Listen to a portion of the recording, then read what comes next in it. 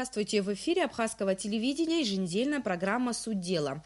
Рицинский национальный реликтовый парк – один из самых крупных налогоплательщиков страны и наиболее посещаемый курортный объект республики. О том, как развивается заповедник, мы поговорим сегодня с директором этого парка Ритой Лолуа. Рита Владимировна, добрый вечер, рады вас видеть в нашей студии. Здравствуйте. Вот Рицинский национальный реликтовый парк – это один из самых крупных налогоплательщиков страны. Вы вот уже около 2 лет управляете этим объектом. Скажите, пожалуйста, сложно было начинать эту работу, и вот как вы справляетесь с этой задачей? Конечно, было очень сложно начать эту работу. Давайте вспомним, что Рицинский национальный парк, он был как особая империя, которая пользовалась покровительством власти. И она была неприкосновенна, статусом неприкосновенности пользовалась, причем все, от среднего звена до высшего звена. Вы помните, когда меня представляли коллективу, как были устроены шоу, чтобы меня не допустить к работе, когда в основном это было со стороны тех, которые работал на контрольно-пропускном пункте, те, кто курировал эту работу. Но когда это не произошло, отдельные работники контрольно-пропускного пункта стали приходить ко мне, стали, говорить, что они мои близкие родственники, стали родственникам подключать, чтобы любыми способами остаться на этой работе. Но когда и это тоже не помогло, практически 80, даже больше, 90% работников контрольно-пропускного пункта были заменены, когда это не произошло, стали бегать на митинги, митинговать, что в стране кризис. Ничего, мы справились.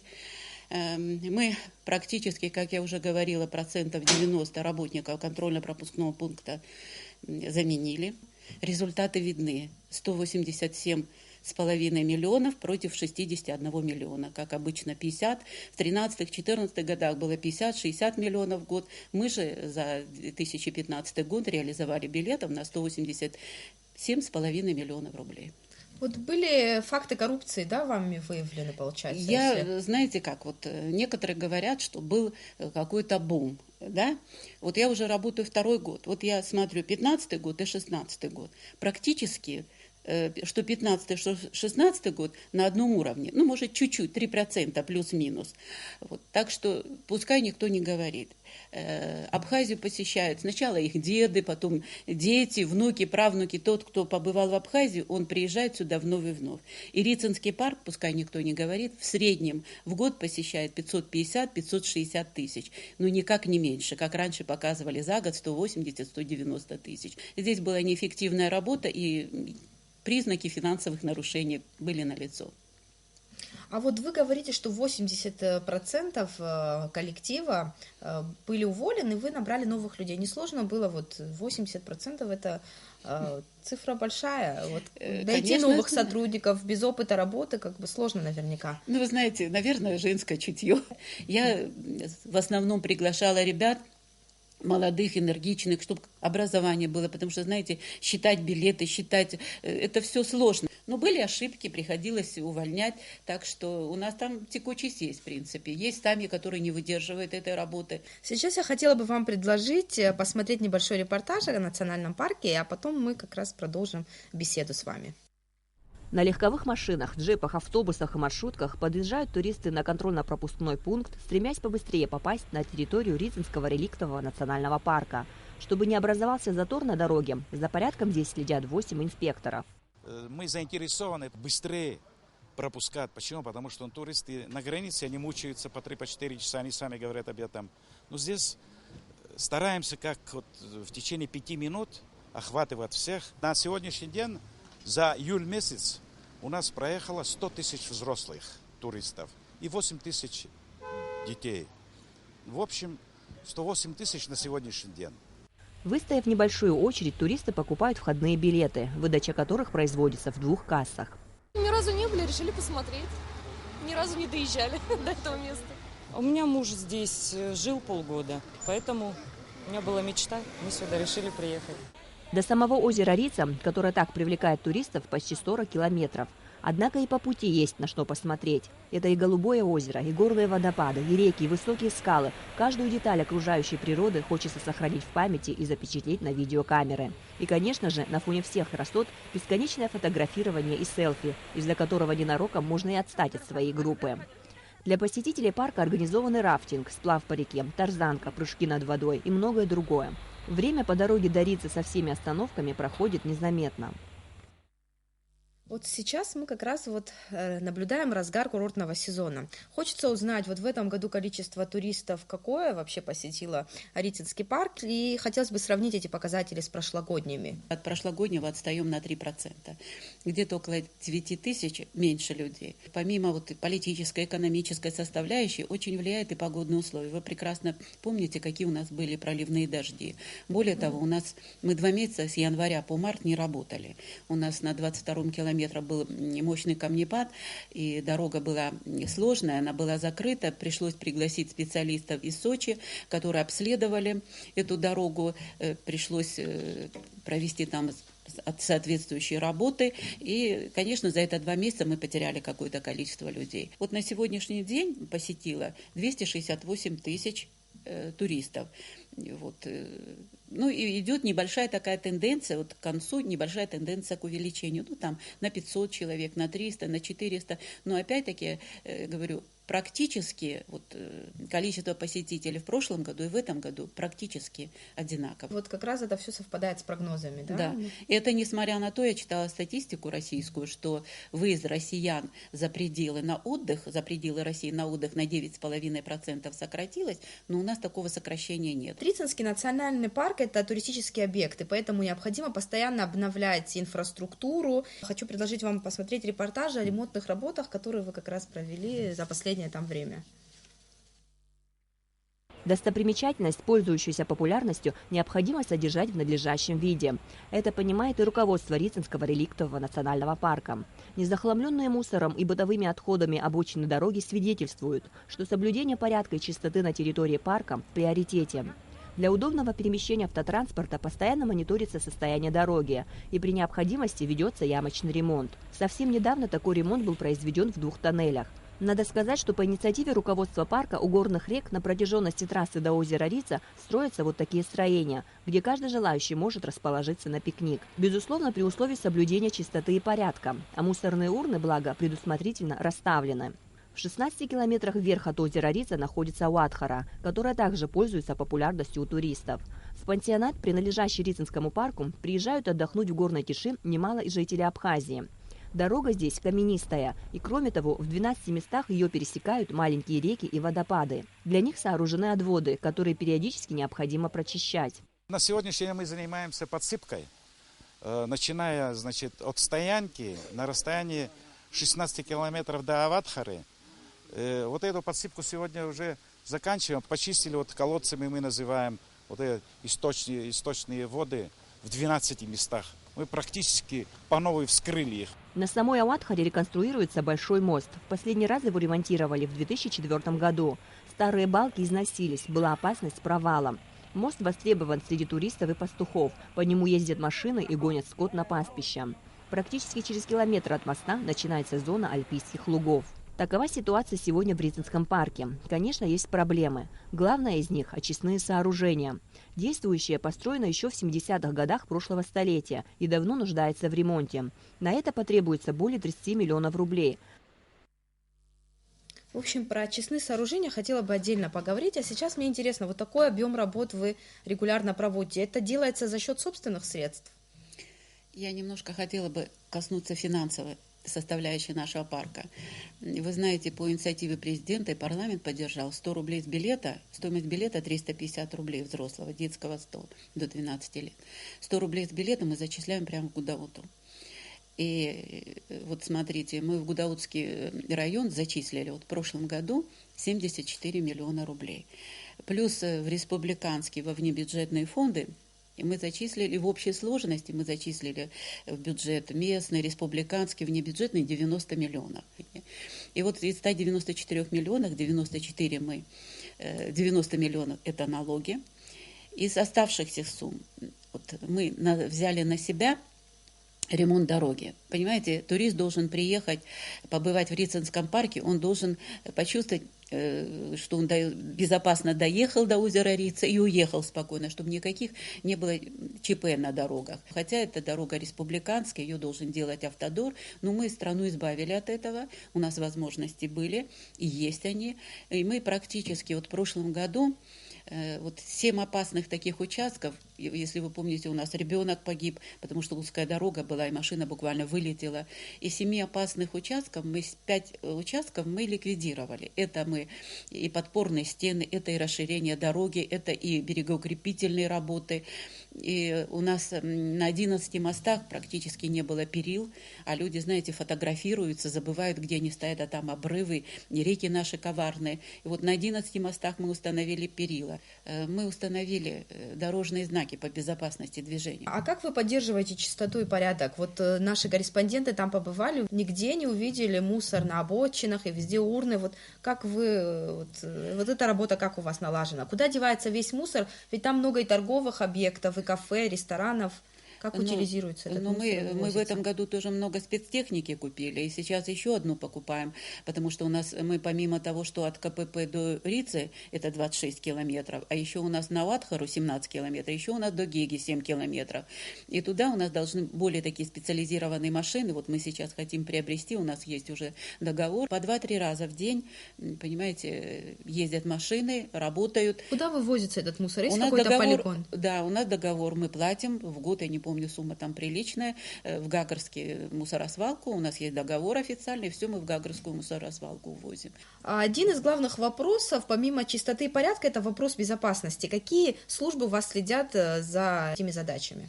Вообще-то у нас все от меня, замов и вот, кончая средним звеном, все следят, стараются сделать так, чтобы туристы у нас побывали и почувствовали, что о них заботятся. У нас есть стоянка автомобилей, она не платная, раньше она была платная, которые следят за машинами. Дальше у нас вот Дарма Виталий Меджитович, он у нас начальник по режиму и охраны, он работал в свое время замминистра МВД, он очень такой оперативный. Мы, знаете, работаем как такой большой, хорошей, дружной семьей. Это касается всех, и инспекторов, и начальников. Просто хороший коллектив. А я имею в виду, что вот раньше было много фактов воровства, и отдыхающих обворовывали. Сейчас как-то вот и опрошенные отдыхающие тоже такие факты как бы не были нами засвидетельствованы. Ну, во-первых, ребята, опорный пункт хорошо работает, молодые, энергичные ребята, мы тоже им помогаем, то стулья покупаем, то диванчики, то кондиционеры мы как-то у нас. И вот они стараются, молодые, энергичные, они не сидят, и вот как-то это тоже способствует тому, что, слава богу, у нас каких-то ЧП, ну, как по минимуму. А давайте сейчас посмотрим, что думают отдыхающие и туристы, которые уже побывали на озере Рица. Поделитесь с нами своими впечатлениями. Ой, это круто. На самом деле очень здорово, неожиданно и очень приятно. Дорога сюда понравилась. Горы, виды, вот эти все, речка такая интересная, бурная такая. Столько лет прожили и не были в Абхазии. Даже в Советском Союзе, когда жили, не побывали здесь. Ну, а сейчас решили приехать. Все приезжайте на озеро Рица, все на Рицу. А что понравилось? Что больше всего? Красота природы, конечно. А в плане порядка, чистоты и безопасности какие-то проблемы были у вас? Нет, никаких. Каждый год езжу на Рицу и очень всем довольна. Все очень красиво, чисто и вообще волшебно. Но изменилось, да, многое там. Дороги стали лучше, намного. Все очень красиво, все так сделано, хорошо, замечательно. Мы еще ездили на своей машине, нам все понравилось. Долго не стояли, пропустили быстро? Да, быстро, да. Купили билеты и все, проехали замечательно. Быстро проехали, все понравилось. Очень красиво.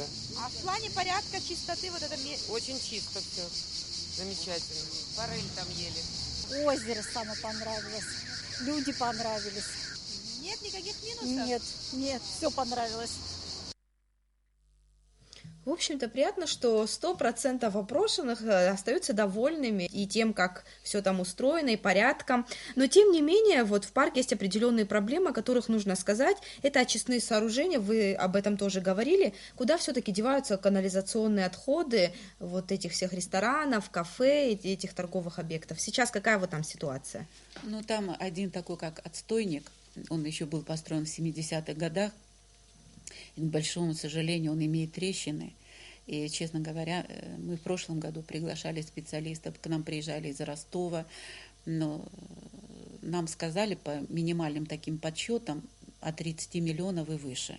Мы просто, конечно, для нас это сложно. Это мы должны, значит, от всего отказаться и только поставить задачу очистных сооружений. Разные есть предложения, и потом есть вот и наша служба коммунальная, у нас очень хороший такой грамотный человек Коля Локсев работает, он свою идею предложил, которая в разы меньше.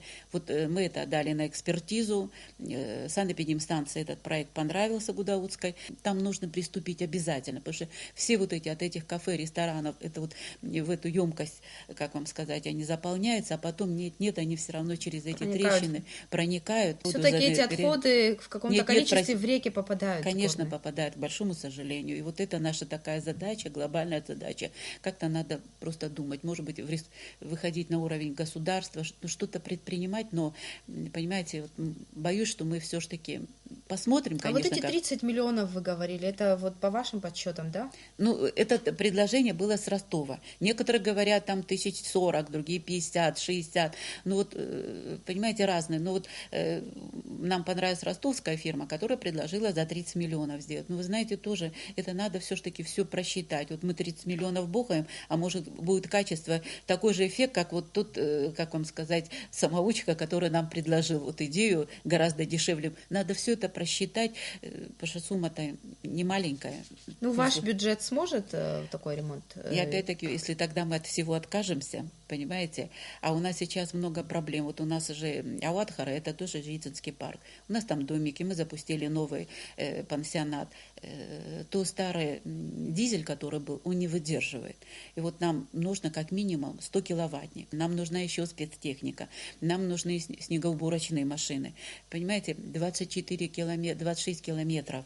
Это сложные горные места, содержать в чистоте, в порядке. И Абхазия, Рица очень любима зимой очищать от снега, чтобы люди могли подниматься круглый год, не только в летний период. С января по март месяц 10 тысяч побывало. Где-то мы в общей сложности реализовали где на 3,5 миллиона рублей. Это что же деньги, и немалые для Абхазии. У меня такая, знаете, мечта вокруг озера набережную сделать набережную, положить красивую брусчатку, осветить, чтобы люди могли, знаете, ходить по этой набережной, потому что все-таки вид вот самого озера неприглядный. Вот эти, знаете, все вот эти хаотичные постройки, которые, знаете, не имели какого-то нашего национального красивого духа. Хочется, чтобы это было... Природа, видите, красивая, но все постройки должны соответствовать этой природе. А давайте сейчас посмотрим комментарии экологов об очистных сооружениях, которые необходимо сделать в Рицинском национальном парке. Устарели. Это были механические очистные сооружения. Что касается современных условий, то эти очистные сооружения сохраняются, но они по большей части используются как отстойник организации или там часть предприятий, которые функционируют, они не подсоединены к этому. И очевидно происходит сброс в речку. Сейчас современные очистные сооружения есть такие, которые локально можно использовать для каждого объекта. Необходимы жироуловители, которые, к сожалению, не растворяются, как вы знаете, и оно уходит по речке и дальше в море. Экологи проводят постоянно мониторинг территории? У нас же при Рицинском парке создан общественный совет, куда и Савельич Тана выходит. Эта проблема, мы там человек 16, у нас эта проблема у нас стоит остро, но из-за нехватки денег, понимаете, мы же, я как говорила, помогаем Гудаутскому району, налоги, и все вот из-за нехватки денег, к большому сожалению, вот мы никак не можем к этому приступить.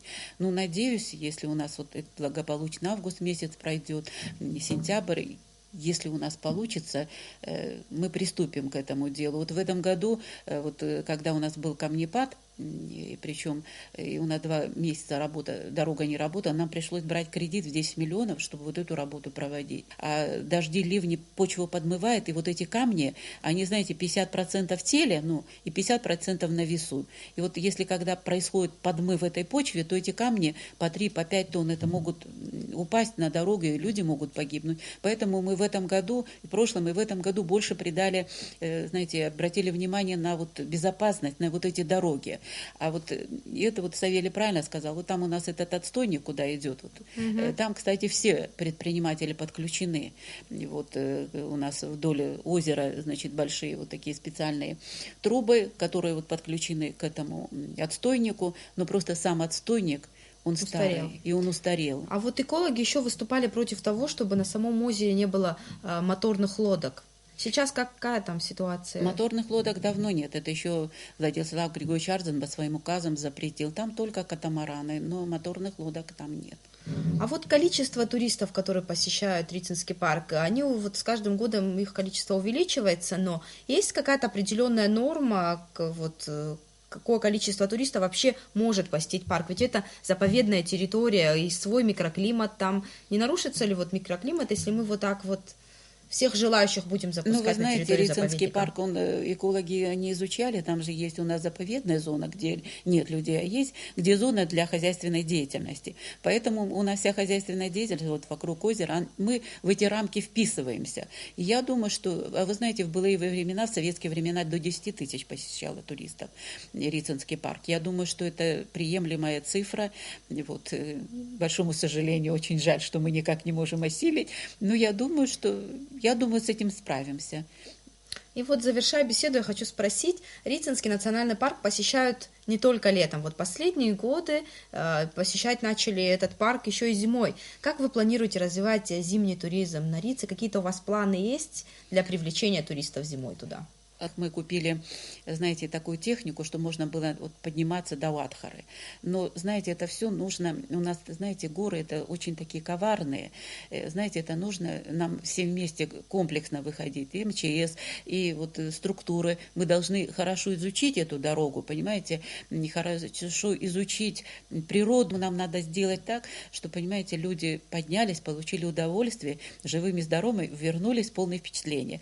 Но я думаю, это просто... надо над этим работать. Пока что мы только можем обеспечить до Рицы. Чистим дорогу, предприниматели стараются некоторые зимой работать, шашлыки на морозе, на снегу, очень приятно. Вот пока что на такой уровень. И где-то, вот я как уже говорил, порядка 10 тысяч поднимают в зимний период на Рицу. Конечно, было бы шикарно, если у нас поднимают бы на Рицу зимой столько, сколько и в августе. Зимний туризм на Рице – это вопрос ближайшего будущего, да? Вопрос это стоит на повестке дня. Рита Владимировна, у меня на этом все. Спасибо вам за беседу. А нашим телезрителям я напоминаю, что мы говорили о том, как развивается Рицинский национальный реликтовый парк. Я прощаюсь с вами до следующей недели.